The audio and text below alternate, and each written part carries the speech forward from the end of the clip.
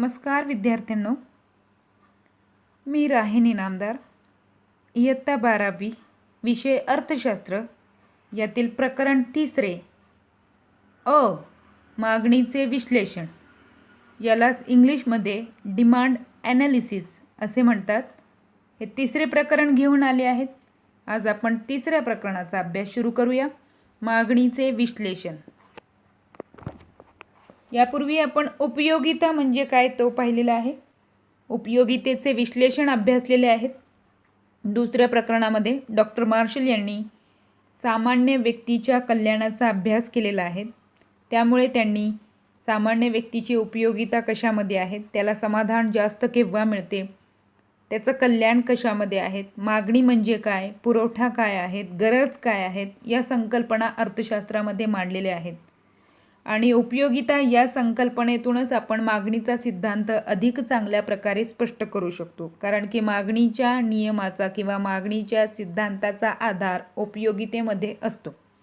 उपयोगिता म्हणजेच मानवाची गरज पूर्ण करण्याची क्षमता होय. विशिष्ट वस्तूमध्ये असणारी उपयोगिता इच्छा निर्माण करतात. एखाद्या वस्तूमध्ये उपयोगिता असेल तरच व्यक्ती ती वस्तू खरेदी करण्यासाठी इच्छा निर्माण करतात. उपयोगिता नसेल तर त्या वस्तूची मागणी केली जाणार नाही. परंतु उपयोगिता स्वतःहून मागणी निर्माण करत नाहीत. मागणी निर्माण होण्यासाठी परिणामकारक इच्छा निर्माण होणे गरजेचे आहे. बघूया आपण मागणीची संकल्पना काय आहे. त्याआधी इच्छा आणि मागणी याच्यामधला फरक पाहूया. सर्वसाधारणपणे मागणी म्हणजे इच्छा. एखादी वस्तू हवीशी वाटणे म्हणजे इच्छा होय. अर्थशास्त्रीयदृष्ट्या मागणी म्हणजे अशी इच्छा जिला खरेदी शक्तीचे पाठबळ म्हणजेच पैशाचे पाठबळ आणि ते खर्च करण्याची मानसिक तयारी, पैसा खर्च करण्याची तयारी पण असली पाहिजे, अशा इच्छेचे रूपांतर मागणीत होते. उदाहरणार्थ, एखाद्या व्यक्तीला दूरदर्शन संच म्हणजे TV खरेदी करण्याची इच्छा असेल, पण त्यासाठी पुरेशी क्रयशक्ती म्हणजे पैसा उपलब्ध नसेल, तर ती केवळ इच्छा असेल, मागणी नव्हे. थोडक्यात सर्व इच्छा म्हणजे मागणी नव्हे किंवा मागणी नाही, परंतु मागणी म्हणजे परिणामकारक इच्छा होय. इच्छा काय आहेत बघूयात आपण. आपण या जगामध्ये 21व्या शतकात राहत आहोत आणि तंत्रज्ञानाच्या विकासामुळे, टेक्नॉलॉजीमुळे जीवन सुसह्य करण्यासाठी अनेक सुविधा उपलब्ध आहेत. आणि त्या सुविधा पाहिल्या तर आपल्याला असं वाटतं या सगळ्या सुविधांचा उपभोग आपण देखील घ्यावा आणि आपलं जीवन सुसह्य करावं. आपण एखाद्याचा बंगला पाहिला, आलिशान घर पाहिलं तर आपल्याला वाटतं आपलं देखील असंच आलिशान घर असावं. मुलांना गाड्या खूप आवडतात. 2 व्हीलर असेल, 4 व्हीलर असेल. प्रत्येकाला वाटतं की आपली स्वतःची एक चांगली गाडी असावी. आजकाल मुली पण गाड्या चालवतात. त्यांना पण वाटतं की आपली स्वतःची एक 4 व्हीलर असावी, चांगली गाडी असावी. मार्केटमध्ये खूप व्हरायटीच्या गाड्या असतात. Hatchback car, duster, Lamborghini, Tesla cyber truck, Audi, BMW. मग आपली पण एखादी गाडी असावी अशी इच्छा निर्माण होतेच. लॉकडाऊनमुळे आपण सगळे घरात बंद आहोत. एका ठिकाणावरून दुसऱ्या ठिकाणी जाता येत नाहीत. अशा वेळेस असं वाटतं स्वतःचं एक विमान असावं. जिथे जायचं आहे तिथं पक्ष्याप्रमाणे उडत जावं. पक्ष्याप्रमाणे त्या ठिकाणी फिरून यावं. घरात बसून कंटाळा आलाय ना. सगळेजण विचारतात मोठे होऊन काय होणार, कोणती नोकरी करणार, काय जॉब करणार. मनात विचार येतो कोणाची नोकरी करण्यापेक्षा आपणच काही लोकांना नोकरी द्यावी, स्वतःची एक कंपनी असावी, स्वतःची फॅक्टरी असावी. कधी कधी वाटतं कोविड-19 सारखे आजार पृथ्वीवर आले तर आपलं स्वतःचं एक मंगळावर, चंद्रावर स्वतःचं एक घर असावं, तिथे काही जागा घ्यावी आणि तिथे एक घर बांधावं. म्हणजे इथे जंतू आले तर आपण तिथे जाऊन थोडा वेळ राहून यावं. पण ह्या सगळ्या इच्छा आहेत, या पूर्ण कधी होणार? ज्यावेळेस आपण त्या खरेदी करण्याची क्षमता ठेवू. पैसा असेल तर ती खर्च करण्याची तयारी असेल, त्या विशिष्ट वेळेमध्ये, विशिष्ट किमतीमध्ये आपण ते खरेदी करू. उदाहरणार्थ ऑडी गाडी घ्यायची आहे, खर्च करण्याची तयारी आहे, पैसा आहे त्या किमतीमध्ये पण खरेदी करायची आहेत, इच्छा आहे ती घ्यायची आहे, मात्र आत्ता नाही, 10 वर्षानंतर, तर मग ती मागणी निर्माण होणार नाहीत. इच्छेचं रूपांतर मागणीमध्ये होणार नाही. या सगळ्या गोष्टींच उदाहरण मी जाणून बुजून दिलेले आहेत. अशा इच्छा खूप आपल्या मनामध्ये येतात. तर या इच्छांचं रूपांतर होण्यासाठी, या इच्छांचं मागणीमध्ये रूपांतर होण्यासाठी आपल्याला कोणकोणत्या वस्तूंची गरज आहे ते आपण पाहूयात. 5 गोष्टी लागतात, त्यावेळेस इच्छेचं रूपांतर मागणीमध्ये होऊ शकतं. त्या 5 गोष्टी पाहूया आपण. पहिलं म्हणजे वस्तू खरेदी करण्याची इच्छा निर्माण झाली पाहिजे, हा पहिला भाग. दुसरं म्हणजे ती वस्तू खरेदी करण्याची क्षमता असली पाहिजे किंवा क्रयशक्ती असली पाहिजे आपल्याकडे. पैसा जो आहे तो खर्च करून ती वस्तू घेण्याची तयारी असली पाहिजे किंवा ती वस्तू खरेदी करण्यासाठी पैशाचं पाठबळ पाहिजे, आपल्या खिशात पैसा पाहिजे, म्हणजेच क्रयशक्ती पाहिजे. तिसरा भाग आहे खर्च करण्याची मानसिकता. काही व्यक्ती कंजूस असतात, काही व्यक्ती सहजपणे पैसा खर्च करत नाहीत, काहींना कौटुंबिक जबाबदाऱ्या असतात, त्याच्यामुळे ते स्वतःच्या इच्छा पूर्ण करण्यासाठी पैसा खर्च करत नाहीत. मानसिक तयारी नसते खर्च करण्याची. एखादी वस्तू घेण्यासाठी मानसिक तयारी पाहिजे, तो पैसा खर्च देखील झाला पाहिजे. विशिष्ट किमतीला ती वस्तू खरेदी केली पाहिजेत, विशिष्ट वेळेमध्येच ती वस्तू खरेदी केली पाहिजेत. या 5 गोष्टी साध्य झाल्या तर इच्छेचं रूपांतर मागणीमध्ये होऊ शकतं. पाठ्यपुस्तकामध्ये दिलेलं आहे बघा, मागणी बरोबर इच्छा असणे अधिक खरेदी करण्याची तयारी अधिक खरेदी क्षमता. याच्यामध्ये आणखी 2 भाग ॲड करायचे, अधिक विशिष्ट वेळ अधिक विशिष्ट किंमत. या 5 गोष्टी असल्या तर मागणी निर्माण होते आणि त्यावरूनच बेनहॅम यांनी मागणीची व्याख्या तयार केलेली आहे. हे आहेत बेनहॅम. यांच्या मते वस्तूंच्या मागणीमुळे वस्तूच्या अशा एका विशिष्ट परिमाणाचा बोध होतो की जी विशिष्ट किमतीला व विशिष्ट वेळेत ग्राहकाकडून खरेदी केली जाते. पाठ्यपुस्तकामध्ये बेनहॅम यांनी दिलेली व्याख्या पहा. विशिष्ट वेळी विशिष्ट किमतीला विशिष्ट वस्तूची खरेदी केलेली नगसंख्या म्हणजे त्या वस्तूची मागणी होय. आपण पाहिलेल्या 5 गोष्टी याच्यामध्ये येतात बघा. विशिष्ट वेळ, विशिष्ट किंमत आणि विशिष्ट वस्तूची खरेदी केलेली नगसंख्या. खरेदी करणे म्हणजे पैशाचं पाठबळ आहे म्हणून खरेदी केली, पैसा खर्च करण्याची मानसिकता होती म्हणून ती वस्तू खरेदी केलेली आहे आणि इच्छा निर्माण झाली वस्तू खरेदी करण्याची म्हणून ती वस्तू खरेदी झालेली आहे, म्हणजेच त्या वस्तूंची मागणी होय. मागणीची वैशिष्ट्ये दिलेली आहेत पाठ्यपुस्तकामध्ये. मागणी ही सापेक्ष संकल्पना आहे. मागणीला विशिष्ट वेळेचा व किमतीचा संदर्भ आवश्यक आहे. त्याप्रमाणेच आणखी एक वैशिष्ट्य आहे, उपयोगिता ही मागणीचा आधार आहे. सापेक्ष संकल्पना म्हणजे काय, तर मागणी ही व्यक्तीनुसार आणि स्थलानुसार बदलते. उदाहरणार्थ, आपण घरामध्ये भाजीपाला खरेदी करतो, ते आपल्या कुटुंबातील सदस्यांची आवडनिवडनुसार भाजीपाला खरेदी करतो. आपल्या कुटुंबातील सदस्यांना काय आवडतं त्याच्यानुसार भाजीपाला खरेदी केली जाते, म्हणजेच मागणी व्यक्तीनुसार बदलते. दुसऱ्या चित्रामध्ये बघा, शीतपेयाचं उदाहरण आहे. प्रत्येक व्यक्तीची आवड निवड सवयी वेगळ्या असतात आणि त्यानुसार ते त्या वस्तू खरेदी करत असतात.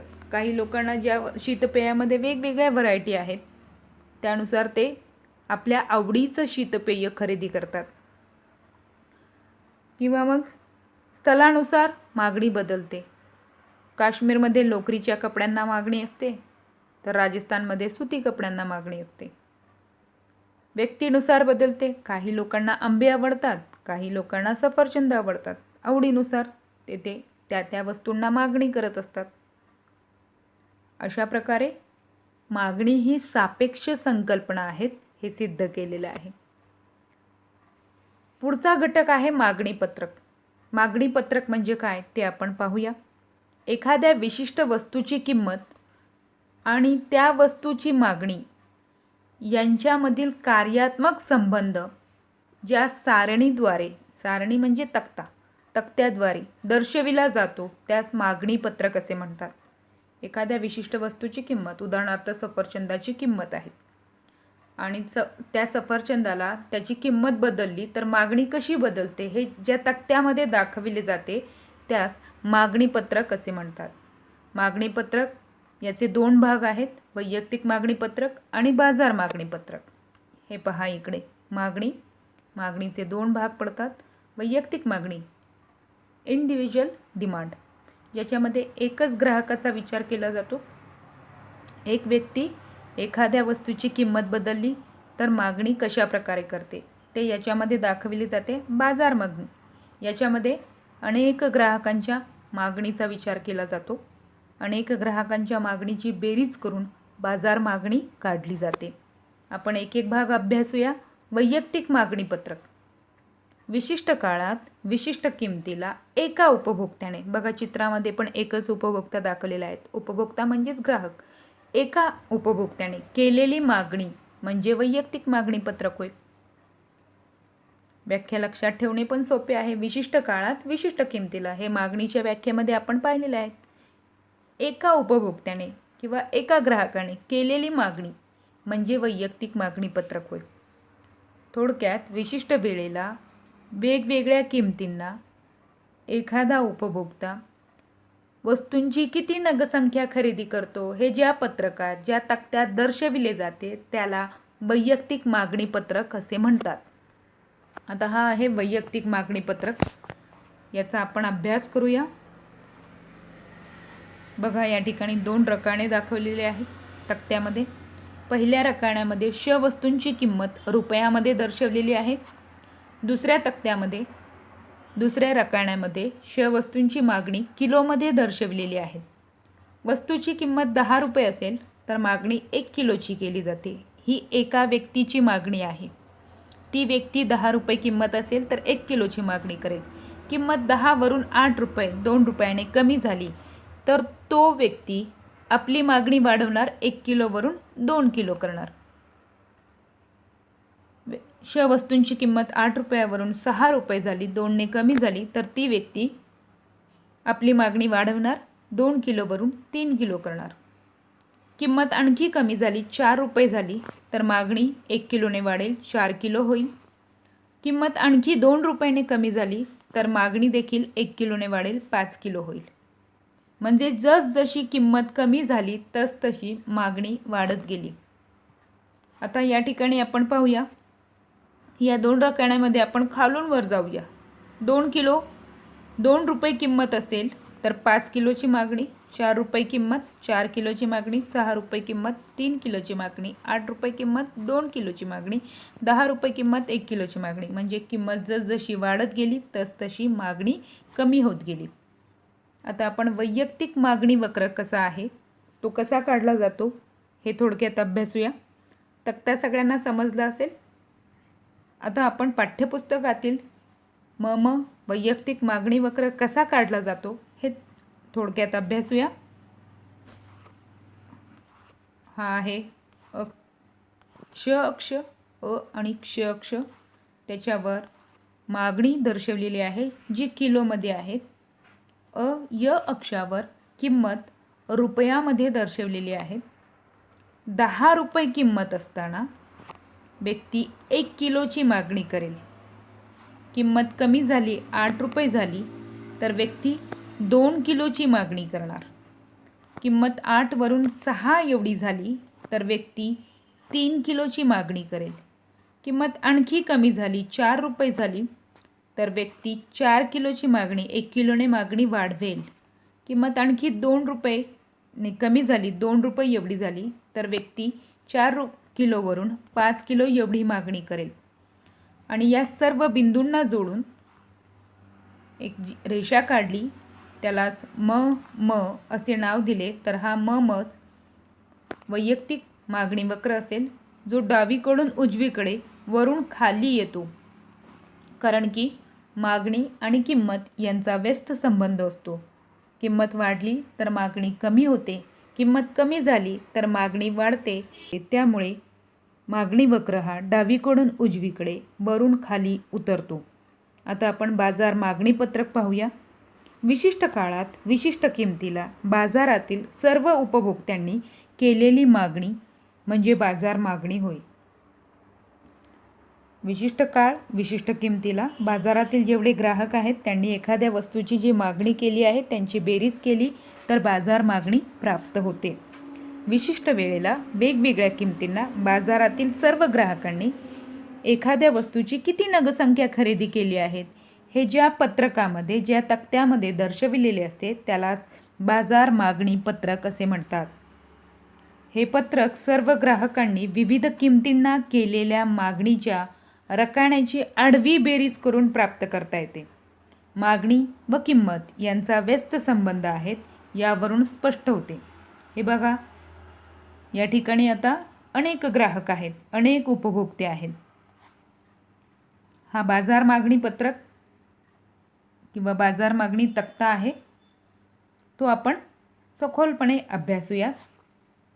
बघा, या ठिकाणी 3 रकाने दिलेले आहेत तक्त्यामध्ये. पहिल्या रकान्यात श वस्तूंची किंमत रुपयामध्ये दर्शवलेली आहे. श वस्तूंची मागणी किलोमध्ये दर्शवलेली आहे. त्यामध्ये 3 ग्राहक आहेत, ग्राहक अ, ग्राहक ब, ग्राहक क. हे एक काल्पनिक उदाहरण आहे. कोणत्याही 3 ग्राहकांची बेरीज केली मागणीची तर बाजार मागणी पत्रक नाही मिळणार, परंतु वास्तविकदृष्ट्या तशी मागणी काढणे कठीण आहे. त्यामुळे फक्त 3 ग्राहक घेतलेले आहेत, जेणेकरून परीक्षेमध्ये आपल्याला हे उदाहरण मांडून बाजार मागणी पत्रकाची संकल्पना स्पष्ट करणे सोपे जाईल. त्यानंतर तिसऱ्या रकान्यामध्ये बाजार मागणी जी किलोमध्ये दर्शवलेली आहे त्या ठिकाणी अ, ब, क या 3 ग्राहकांची बेरीज करून ती बेरीज दाखवली गेली आहे. 10 रुपये किंमत असताना ग्राहक अ 5 किलोची मागणी करणार, ग्राहक ब 10 किलोची मागणी करणार, ग्राहक क 15 किलोची मागणी करणार. कारण प्रत्येक व्यक्तींची आवड निवड वेगळी असते, प्रत्येक व्यक्ती एखाद्या वस्तूला वेगवेगळी मागणी करतो. मग या तिन्ही ग्राहकांच्या मागणीची बेरीज केली तर 30 किलो एवढी मागणी प्राप्त होईल. 5 + 10 + 15 बरोबर 30. किंमत कमी झाली, 8 रुपये झाली तर ग्राहक अ 5 किलोवरून 10 किलोची मागणी करेल, ग्राहक ब 15 किलोची मागणी करेल, ग्राहक क 20 किलोची मागणी करेल आणि त्यामुळे अ + ब + क म्हणजेच 10 + 15 + 20 बरोबर 45 किलो एवढी बाजार मागणी प्राप्त होईल. किंमत आणखी कमी झाली 2 रुपयाने तर अ ग्राहक 15 किलोची मागणी करेल, ब ग्राहक 20 किलोची मागणी करेल, क ग्राहक 25 किलोची मागणी करेल आणि या तिघांची बेरीज केली तर बाजार मागणी 60 किलो प्राप्त होईल. किंमत आणखी कमी झाली, अ ग्राहक 20 किलोची मागणी करेल, ब ग्राहक 25 किलोची मागणी करेल, क ग्राहक 30 किलोची मागणी करेल. या तिन्ही ग्राहकांच्या मागणीची बेरीज केली तर मागणी 75 किलो एवढी प्राप्त होईल. किंमत आणखी कमी झाली, ती 2 रुपये झाली तर अ ग्राहक 25 किलोची मागणी करेल, ब ग्राहक 30 किलोची मागणी करेल, क ग्राहक 35 किलोची मागणी करेल. तिन्ही ग्राहकांच्या मागणीची बेरीज केली तर 90 किलो मागणी प्राप्त होईल. म्हणजेच बाजार मागणी 2 रुपये किंमत असताना 90 किलो असेल, बाजार मागणी 10 रुपये किंमत असताना 30 किलो असेल. या ठिकाणी देखील मागणी व किंमत यांचा व्यस्त संबंध स्पष्ट होतो. ज्यावेळेस किंमत कमी होते त्यावेळेस मागणी वाढते, ज्यावेळेस किंमत वाढत जाते त्यावेळेस मागणी कमी होते. बाजार मागणी वक्र देखील अभ्यासूया. पाठ्यपुस्तकामध्ये जी आकृती दिलेली आहे ती आकृती आपण इथे अभ्यासूया. बघा, या ठिकाणी अक्षावर मागणी दर्शवलेली आहे, किलोमध्ये दर्शवलेली आहे. या अक्षावर वस्तूंची किंमत दर्शवलेली आहे, ती रुपयामध्ये दर्शवलेली आहेत. ज्यावेळेस वस्तूंची किंमत 10 रुपये असेल त्यावेळेस मागणी बाजार मागणी 30 किलोची आहे व ज्यावेळेस वस्तूंची किंमत 8 रुपये होते त्यावेळेस बाजार मागणी 45 किलो होते. ज्यावेळेस वस्तूंची किंमत 6 रुपये होते त्यावेळेस बाजार मागणी 60 किलो होते. ज्यावेळेस वस्तूंची किंमत आणखी कमी होते. 6 वरून 4 रुपये एवढी होते. त्यावेळेस बाजार मागणी 75 किलोची होते. 4 रुपयावरून आणखी किंमत कमी झाली, ती 2 रुपये झाली, तर बाजार मागणी 90 किलोची होते. या ठिकाणी बघा 2 रुपयाला 90 किलोची मागणी. त्यानंतर हे सगळे बिंदू जोडले, एक रेषा काढली, तर ती रेषा म्हणजे म मागणी वक्र, जो बाजार मागणी वक्र आहे आणि तो डावीकडून उजवीकडे खालच्या बाजूला उतरत असतो. बाजार मागणी वक्र. मागणी आणि किंमत यांचा व्यस्त संबंध असल्यामुळे बाजार मागणी वक्र डावीकडून उजवीकडे खाली उतरतो.